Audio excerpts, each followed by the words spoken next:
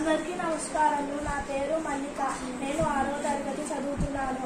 మనకి 15 ఆగస్టు 1947లో స్వతంత్రం వచ్చింది. కానీ బ్రిటిష్ వారు మన దేశం నుంచి సంపదను దోచుకుని వెళ్ళారు. మనల్ని 200 ఏళ్లుగా పాలించిన బ్రిటిష్ వారు మన దేశాన్ని వదిలి వెళ్ళిపోయిన రోజు బానిస సంఖ్యలు పెంచుకుని ఒక స్వతంత్ర దేశంగా మన భారతదేశం అనుభవించింది.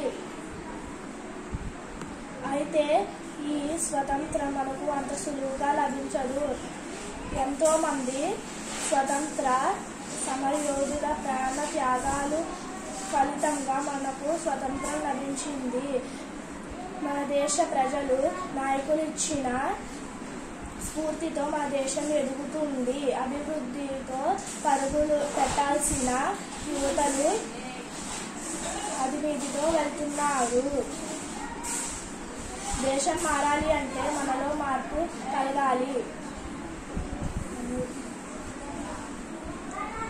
అభివృద్ధిలో నాయకుడి పాత్ర ఎంత ముఖ్యమో ప్రజలు కూడా అంతే ముఖ్యం. స్వతంత్రం కలగడం ఎంత ముఖ్యమో దాన్ని విలువ చేసుకోవడం అంతే ముఖ్యం. జై హింద్. వందనాలు.